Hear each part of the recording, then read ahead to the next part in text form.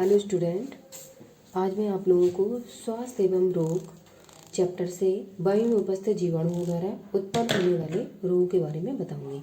इससे पहले जीवाणुओं के द्वारा होने वाले रोग में मैं टाइफाइड आपको पढ़ा चुकी हूँ। टाइफाइड के बाद आपका दूसरा इम्पोर्टेंट आपको याद होगा, टाइफाइड जल एवं आहार जो अशुद्ध होता है उसको ग्रहण करने से टाइफाइड रोग फैलता है। इसी को हम मियादी बुखार के नाम से जानते हैं। ठीक है, अब आज हम दूसरा जो हमने आपको एक डायग्राम बना के बताया था कि जल तथा आहार में उपस्थित जीवाणुओं द्वारा होने वाले रोग, वायु में उपस्थित जीवाणुओं द्वारा होने वाले रोग और आपकी मृदा में उपस्थित जीवाणुओं द्वारा होने वाले रोग और इयोन संचारित रोग, चार मैंने आपको ये रोग के प्रकार बताए थे। आज हम दूसरा रोग वायु में उपस्थित जीवाणुओं द्वारा उत्पन्न रोगों के बारे में चर्चा करेंगे, जिसमें है आपका दूसरा रोग आपका निमोनिया। ये इम्पोर्टेंट है, निमोनिया रोग आप सभी लोगों को देखना है। ठीक है, मैंने उसमें भी जो ग्राफ बनवाया हुआ था उसमें भी मैंने आपको इम्पोर्टेंट कौन सा है, ठीक है, वो आपको पहले तैयार करना है। ठीक है, अब इसमें आपका वायु में उपस्थित जीवाणु के द्वारा होने वाला रोग निमोनिया है। अब प्रश्न आपका इस तरीके से बन सकता है कि वायु के द्वारा होने वाला निम्न में से रोग है। आपको लिख देंगे टाइफाइड, दूसरा लिख देंगे निमोनिया, तीसरा आपको लिख देंगे टेटनस, चौथा लिख देंगे इनमें से सभी। तो आप किसमें निशान लगाएंगे? आपको पता है कि वायु में उपस्थित रोग निमोनिया होता है। ठीक है, अब निमोनिया रोग देखेंगे। यह रोग स्ट्रेप्टोकोकस निमोनी जीवाणु द्वारा होने वाला फेफड़ों का एक गंभीर रोग है। तो देखिए, मैंने यह रोग स्ट्रेप्टोकोकस निमोनी ये जीवाणु का नाम हो गया। ठीक है, पैथोजन ये हो गया, तो पैथोजन में मैंने अंडरलाइन दी है। और ये कैसा रोग है? ये फेफड़ों को गंभीर रूप से क्षतिग्रस्त कर देता है, तो मैंने इसलिए भी अंडरलाइन। इसी तरीके से आपको बोर्ड एग्जाम में कॉपी जब आप लिखेंगे तो इस तरीके से आपको अंडरलाइन करके उसको लिखना है। ठीक है, दूसरे हेडिंग देखिए, संक्रमण इन्फेक्शन। इस रोग का संक्रमण रोगी के थूक द्वारा उसके ग्लास, ठीक है, जूठा ग्लास, बर्तन, खाद्य एवं जल को ग्रहण करने से फैलता है। ठीक है, तो कैसे ट्रांसफर होगा? संक्रामक रोग है, एक दूसरे से प्रत्यक्ष रूप से या अप्रत्यक्ष रूप से किसी भी तरीके से इजीली बॉडी में ट्रांसफर दूसरे व्यक्ति में हो जाएगा। आगे देखिए, सिम्टम्स में अचानक शरीर का ठंडा होना, छाती में दर्द, भूरे श्लेष्म के थूक के साथ खांसी, भूरा श्लेष्म थूक के साथ एक बलगम जैसे सफ़ेद आपका ये आएगा। ठीक है, सफ़ेद श्लेष्म थूक के साथ कुछ इस तरीके से श्लेष्म एक पदार्थ आता है। ठीक है, और खांसी आती है। ठीक है, शरीर के तापमान में वृद्धि करेगा, मतलब फीवर आ सकता है, जुकाम होना, सांस लेने में तकलीफ होना आदि इसके लक्षण दिखाई देंगे। ठीक है, तो सिम्टम्स में आप इनको पॉइंट करके भी लिख सकते हो। अचानक शरीर का ठंडा होना, पहला पॉइंट बना के इस तरीके से पहला पॉइंट डाल सकते हैं। फिर दूसरा, छाती में दर्द होने लगता है। तीसरा, भूरे श्लेष्म के थूक के साथ खांसी आती है। चौथा, शरीर के तापमान में वृद्धि तथा जुकाम और सांस लेने में तकलीफ इस रोग में होती है। इस तरीके से आप पॉइंट करके भी इसको लिख सकते हैं। आगे देखेंगे प्रोफाइलैक्सिस एंड ट्रीटमेंट, किस तरीके से हम बचाव कर सकते हैं और इसका उपचार या ट्रीटमेंट करवा सकते हैं। रोगी को ठंड से बचाना चाहिए। ठीक है, इस रोग में रोगी को ठंड नहीं लगनी चाहिए। खाने में तरल और सुपाच्य भोजन देना चाहिए। जब लिक्विड टाइप भोजन ये आपका रोगी होगा लेगा तो उसका जो भी भोजन होगा जल्दी से डाइजेस्ट हो जाएगा। रोगी को पूर्ण विश्राम करना चाहिए, रेस्ट पूरा लेना चाहिए उसको। और दवाई के रूप में टेट्रासाइक्लिन, इरिथ्रोमाइसिन, पेनिसिलिन आदि प्रतिजैविकों का उपयोग करना चाहिए। अब इतनी सारी आपको मेडिसिन नहीं याद हो सकती हैं, तो टेट्रासाइक्लिन आप ये याद रखिए और पेनिसिलिन ये याद रखिए। पेनिसिलिन सभी को पता होगा, एक पहला खोजा हुआ एंटीबायोटिक है। ठीक है, पेनिसिलिन, तो आप इजीली इसको रिलेट करके याद रख सकते हैं। टेट्रासाइक्लिन, पेनिसिलिन आदि एंटीबायोटिक का प्रयोग करना चाहिए, जिससे रोगी को रिलीफ मिलता है। ठीक है, आप अगला रोग देखिए, घटसर्प या रोहिणी, इसी को इंग्लिश में कहते हैं डिप्थीरिया। ठीक है, आपके पेपर में ऐसे भी लिख के आ सकता है क्योंकि आप हिंदी मीडियम के विद्यार्थी हैं। रोहिणी रोग क्या है बताइए? तो ऊपर इंग्लिश लिखी रहती पेपर में, आप देख लीजिए डिप्थीरिया, इस तरीके से भी लिखा होगा डिप्थीरिया। डिप्थीरिया लेकिन ये आपका है इंग्लिश वर्ड है। ठीक है, तो हमें हिंदी भी पता होनी चाहिए प्लस इंग्लिश भी पता होनी चाहिए। इसी को कहते हैं DPT। ठीक है, DPT शॉर्ट फॉर्म में। अब देखिए रोग, रोग ये इतना इंपॉर्टेंट नहीं है, जो पहला मैंने पढ़ाया ये वाला आपको इससे पहले उसको आपको तैयार रखना है। ठीक है, और ये रोहिणी बहुत कम पूछा गया, लेकिन ये पैथोजन का नाम आप लोग याद रखेंगे, 1 नंबर का प्रश्न आया हुआ है। अब देखिए, यह रोग कोरेने बैक्टीरियम डिप्थीरी नामक जीवाणु द्वारा होता है। तो डिप्थीरिया से डिप्थीरी आप रिलेट करके इसको ऑप्शन में इजीली टिक लगा सकते हैं।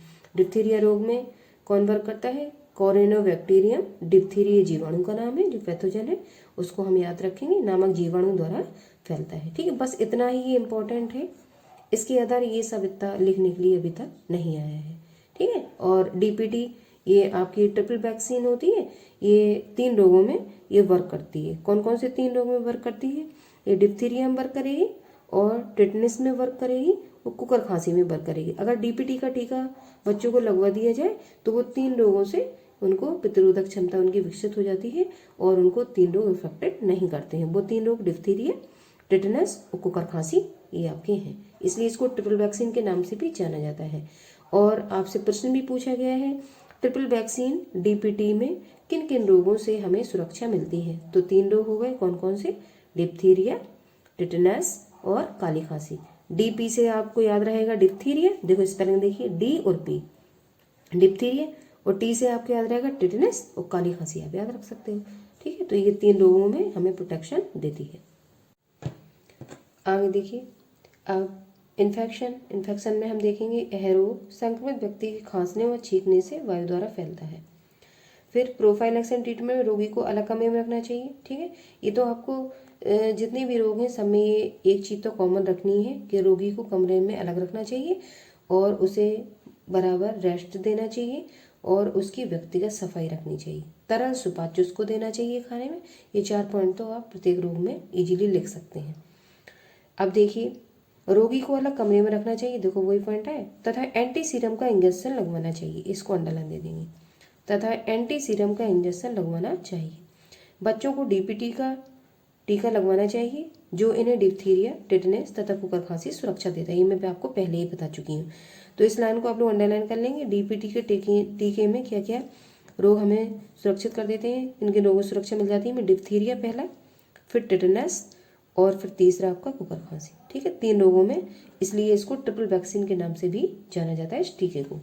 आगे देखिए, तीसरा रोग आपका है तपेदिक या क्षय रोग, इसी को ट्यूबरकुलोसिस इंग्लिश में या टीबी के नाम से भी हम जानते हैं। ट्यूबरकुलोसिस आपका यह रोग माइकोबैक्टीरियम ट्यूबरकुलोसिस नामक छड़ाकार जीवाणु से होता है। अब क्षण के आकार का जो जीवाणु होता है उसको हम छड़ाकार कहते हैं। फर्स्ट ईयर में आपका ये जो आपने जीवाणु पढ़े हुए उनकी संरचना पूरी विस्तार से आप लोगों ने पढ़ी होगी। आप तपेदिक रोग को क्षय रोग भी कहते हैं क्योंकि उसमें फेफड़े धीरे धीरे ये जो जीवाणु होते हैं वो उनको क्षय करते जाते हैं, नष्ट करते हैं। क्षय का मतलब होता है नष्ट करना। अब ट्यूबरकुलोसिस का शॉर्ट फॉर्म टीबी कैसे लिखा है? यहाँ से टी और बी, इसको लिख दिया हमने ट्यूबरकुलोसिस। अब ट्यूबरकुलोसिस में माइकोबैक्टीरियम ट्यूबरकुलोसिस रिलेट करके आप ऑप्शन में निशान लगा सकते हैं कि यह रोग माइकोबैक्टीरियम ट्यूबरकुलोसिस नामक छड़ाकार जीवाणु के माध्यम से होता है। अब माइकोबैक्टीरियम ट्यूबरकुलोसिस जब आप लिखोगे तो इसको अंडरलाइन देखो। ठीक है, अंडरलाइन दोगे तो ये क्लियरली एग्जामिनर को दिखाई देगा, कॉपी चेक करने में, फिर वो आगे आपने क्या लिखा हुआ उसको ज़्यादा ये वॉच करके नहीं पड़ेगा। फिर अगली हेडिंग इन्फेक्शन। इस रोग का संक्रमण जीवाणु का रोगी के थूक, खांसी, छींक द्वारा सीधे संपर्क या भोजन, जल, वायु के माध्यम से स्वस्थ मनुष्य के शरीर में प्रवेश करने से होता है। ठीक है, ये नाक के माध्यम से होगा। अब रोगी के आप बगल में खड़े हुए हैं और रोगी ने छींका, खांसा, तो आपके सांसों में उसका जो बैक्टीरिया है वो ट्रांसफर इजीली हो सकता है सांस के माध्यम से। ठीक है, जब शोषण करेंगे उस माध्यम से। जीवाणु सामान्यतः फेफड़ों पर आक्रमण करता है, जैसा कि मैंने बताया है कि इसमें फेफड़े जीवाणु ठीक है धीमे धीमे क्षतिग्रस्त करते जाते हैं, उनको खाते जाते हैं। आगे देखिए सिम्टम्स।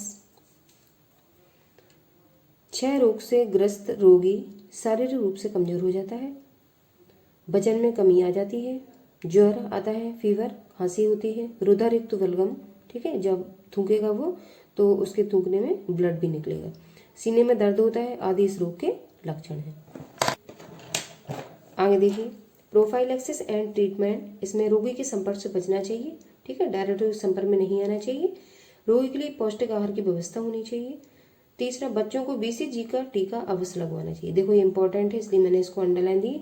एक प्रश्न पूछा गया है बोर्ड में, BCG का टीका किस रोग में लगवाया जाता है, तब आप में ऑप्शन आएंगे उसमें डिप्थीरिया में, फिर दूसरा आपका आ जाएगा टिटनेस में, तीसरा आपका आ जाएगा क्षय रोग में और चौथा आपका आ जाएगा सिफिलिस में। तो आप निशान लगाएंगे किसमें? क्षय रोग में। और TB रोग में BCG का टीका लगवाया जाता है। इसका फुल फॉर्म होता है बैसिलस क्लैमिटी ग्यूरिन, ठीक है, बैसिलस क्लैमिटी ड्यूरी, ये बीसीजी का टीके का फुल फॉर्म है, ये इसको अवश्य लगवाना चाहिए, ठीक है।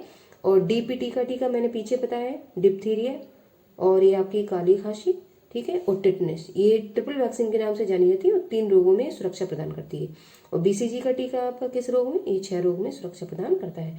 ये आप प्रश्न ध्यान रखेंगे, जो भी मैं आपको ओरली बता रही हूँ ये प्रश्न बोर्ड में पूछे हुए हैं, ठीक है। ये बैक्टीरियल इन्फेक्शन जो मैं पढ़ा रही हूँ अब खत्म होने के बाद इसके मैं ऑब्जेक्टिव प्रश्न आपको करवाऊंगी किस तरीके से बोर्ड में आए हुए हैं, और 2-2 एक नंबर के प्रश्न किस तरीके से आए हुए हैं मैं सारा करवाऊंगी। लेकिन थ्योरी में किस तरीके से प्रश्न आए हैं मैं उसको भी रिपीट करती जा रही हूँ। अगला, डॉक्टर की सलाह से स्टेप्टोमाइसिन दवा रोगी को देनी चाहिए, ठीक है। ये सिर्फ स्टेप्टोमाइसिन उसको रिलीफ दे सकती है, वो रोगी को सही नहीं कर सकती है, ठीक। आई होप आपको समझ में आया होगा। मैंने आज 3 रोग आपको क्लियर किए हैं, कौन कौन से, जो वायु के संपर्क में होने वाले आपके रोग हैं, जो वायु के माध्यम से उसका बैक्टीरिया जो होगा वो बॉडी में ट्रांसफर होगा। वो 3 रोग आप लोग लिखेंगे अपनी कॉपी पर और नोट्स बना के, जब मैं उसके प्रश्न करवाऊंगी तो वो नोट्स बनाने के बाद जब आप उस प्रश्नों करेंगे तो आपको जो भी आप कोर्स पढ़ रहे हैं इंटर का वो आपको ईजी लगेगा। अगर आप सिर्फ वीडियो ऐसे ही देखते जाएंगे और उनके नोट्स आप नहीं बनाएंगे और फिर उसके क्वेश्चन आंसर जब मैं कराऊंगी करोगे तो वो आपको समझ में नहीं आएंगे। इसलिए आपको नोट्स कंप्लीट करना है। जो फर्स्ट ईयर के बच्चे हैं वो अभी से बनाना शुरू कर दें तो उन्हें बहुत हेल्प मिलेगी, और जो इंटर के बच्चे हैं वो भी इसको डेली जैसे मैं पढ़ाती जा रही हूँ उसको नोट आप करते जाइए, और फिर इस तरीके से आप रिवीजन करेंगे नोट बनाने के बाद तो वो आपको अच्छे से समझ में आए। क्योंकि आपका इंटर का कोर्स भी ज़्यादा है और वो लेंदी भी है। आप सोचेंगे मैं वीडियो देख के उसको एक बार में कवर कर लूँगी या कर लूँगा, तो वो नहीं होगा ऐसा। आई होप मैंने जो आज आपको पढ़ाया मुझे आशा है आप लोगों से कॉपी में नोट कर लेंगे और उसको एक बार पढ़ लेंगे। मुझे विश्वास है आपको वो अच्छे से तैयार हो जाए, क्योंकि मैंने बहुत सिंपल भाषा में उसको समझाने की पूरी कोशिश की।